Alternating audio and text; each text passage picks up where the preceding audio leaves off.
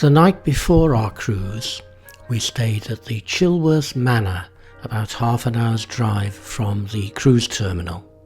Their cruise package includes ample space for parking, dinner, bed and breakfast if you want it, and a taxi to and from the cruise terminal. Our room was on the ground floor in this modern extension. First stop was Zeebrugge, the port for Bruges, but on this occasion we opted not to go into Bruges but to use the coastal tram. The nearest stop is 10 minutes walk from the ship. We decided just to go into Blankenberge, about half an hour away, but we could have gone to Ostend or even further. Blankenberge was almost destroyed in the Second World War, and so is now a very modern town. But we managed to find a decent cup of coffee and have a stroll round before getting the tram back to Zeebrugge.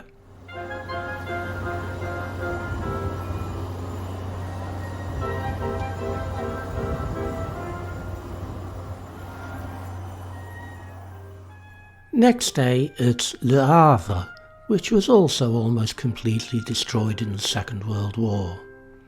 From here, the ship has tours to Paris and Rouen.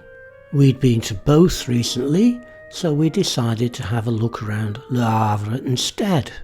There was a shuttle to take us in, but today is the 80th anniversary of the liberation of Le Havre. Lots of roads are being closed to make way for parades that will happen later in the day. The cathedral was one of the few buildings to survive the Second World War, but it did need substantial reconstruction. It dates from the 16th and 17th centuries.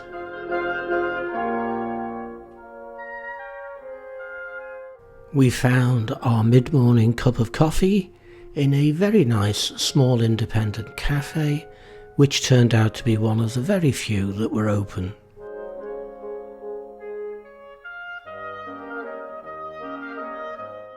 St. Joseph's Church, part of the concrete rebuilding of Le Havre after the war.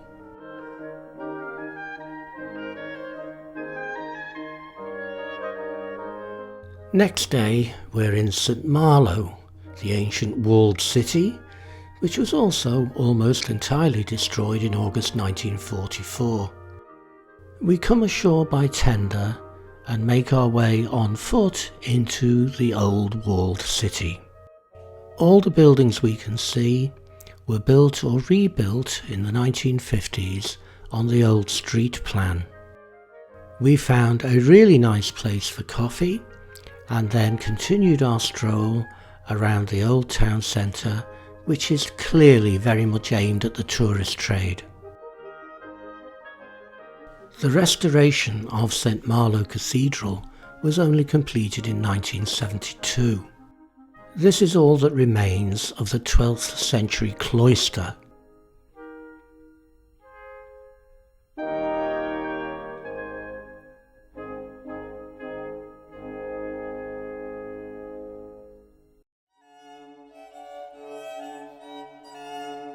The bronze high altar dates from 1991.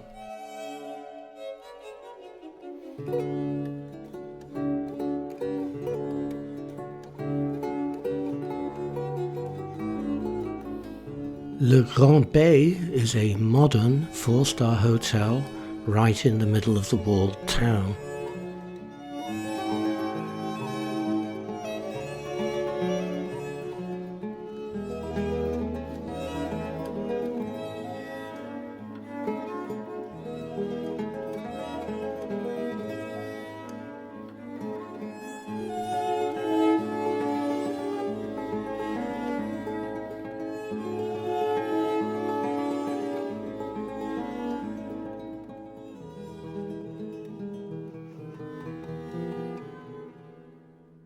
Strolling back to the tender dock to return to the ship.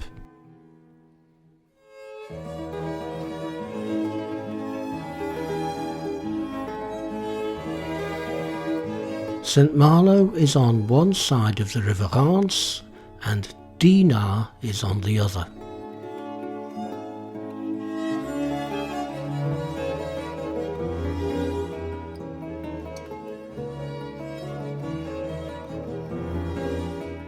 Next stop is Lorient, from which we took a ship's tour to Quimper. We dropped out of the guided tour near the beginning to explore Quimper at our own pace.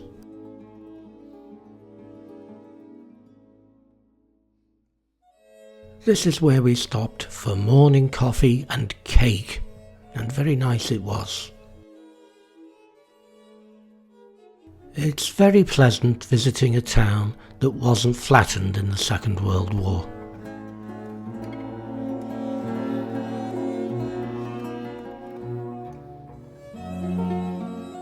Quimper Cathedral was started in the 13th century and mainly built in the 15th and 16th centuries.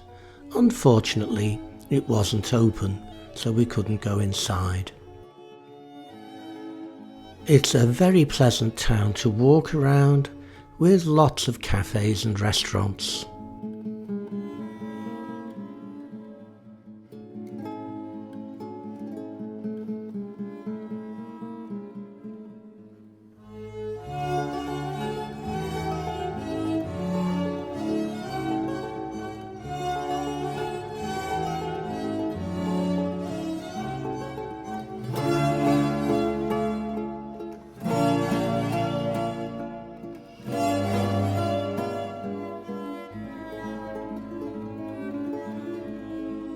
Back to Lorient and on board for an early evening sail away past the Second World War submarine pens built by the Germans.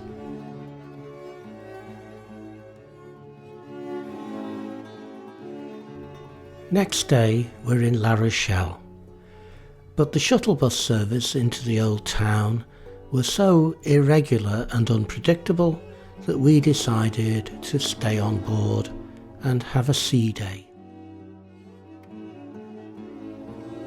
Next morning we're in Bordeaux, and this is the view from our balcony. No need for a shuttle bus here, we're right in the centre of town.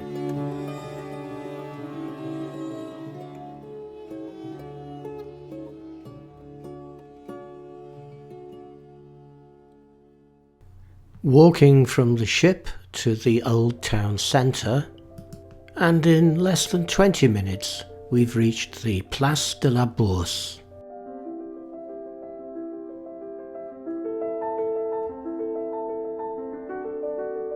The Place du Parlement, where we found a great little cafe for our morning coffee. Nearby, the 15th century church of St. Peter.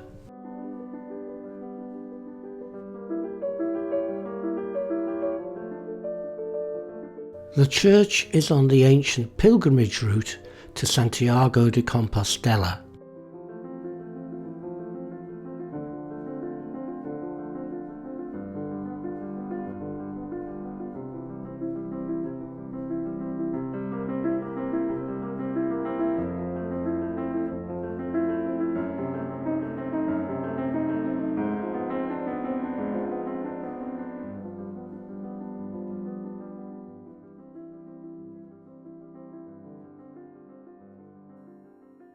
Eventually we reached the cathedral, but being Monday it's closed.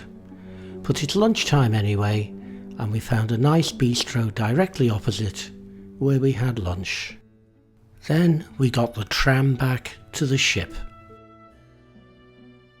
The view from our balcony next morning hasn't changed much. This morning we're walking along the riverside towards the town centre.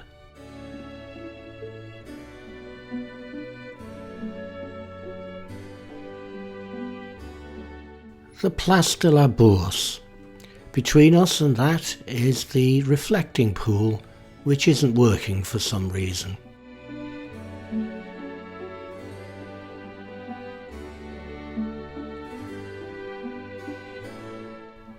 The cafe in the centre there is where we had our morning coffee.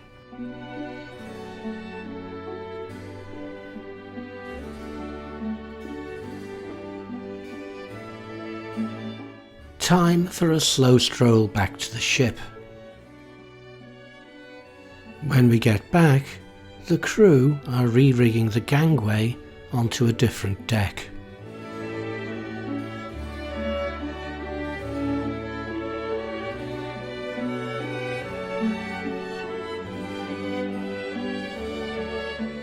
Next it's Biarritz, or rather Saint-Jean-de-Luz, where the ship anchors. We're on the edge of the Pyrenees here. This is the Basque country, and street signs are in Basque as well as in French. The tender brings us into a pleasant little fishing harbour. Saint-Jean-de-Luz is very much a tourist town these days. We quickly find a nice restaurant and have another nice French lunch. Our tour to Biarritz doesn't start till 10 to 2, so we have plenty of time to look around Saint-Jean-de-Luz.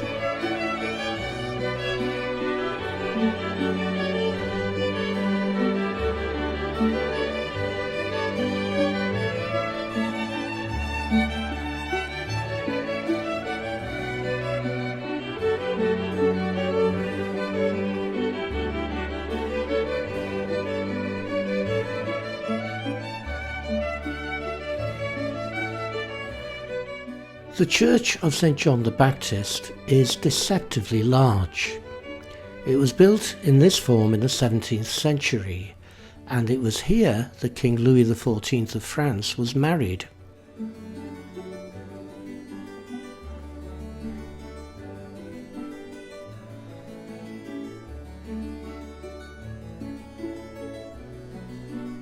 Our first stop in Biarritz is a viewpoint overlooking the central beach. The large hotel in the middle, the Hotel du Palais, was originally built as a summer villa for the Emperor Napoleon III and his wife. We had time for an ice cream and a coffee and a little wander around Biarritz, but really we should have stayed in Saint-Jean-de-Luz. Next, Bilbao, or rather the port for Bilbao, which is Getxo. We decided not to take the shuttle into Bilbao, but to stay in Getxo.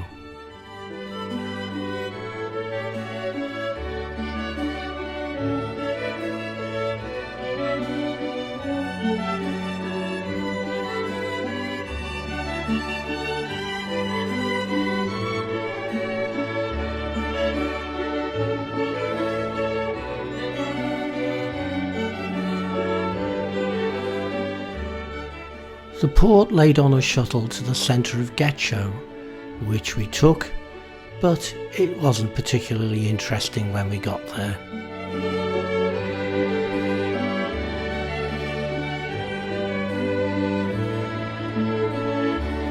Finally, A Coruña.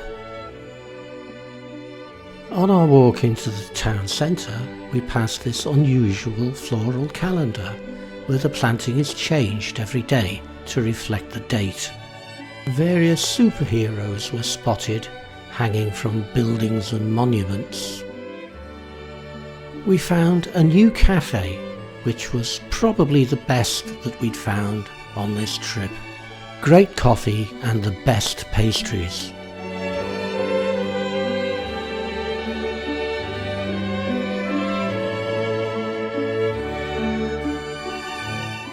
And then we continue our usual stroll around the old town centre.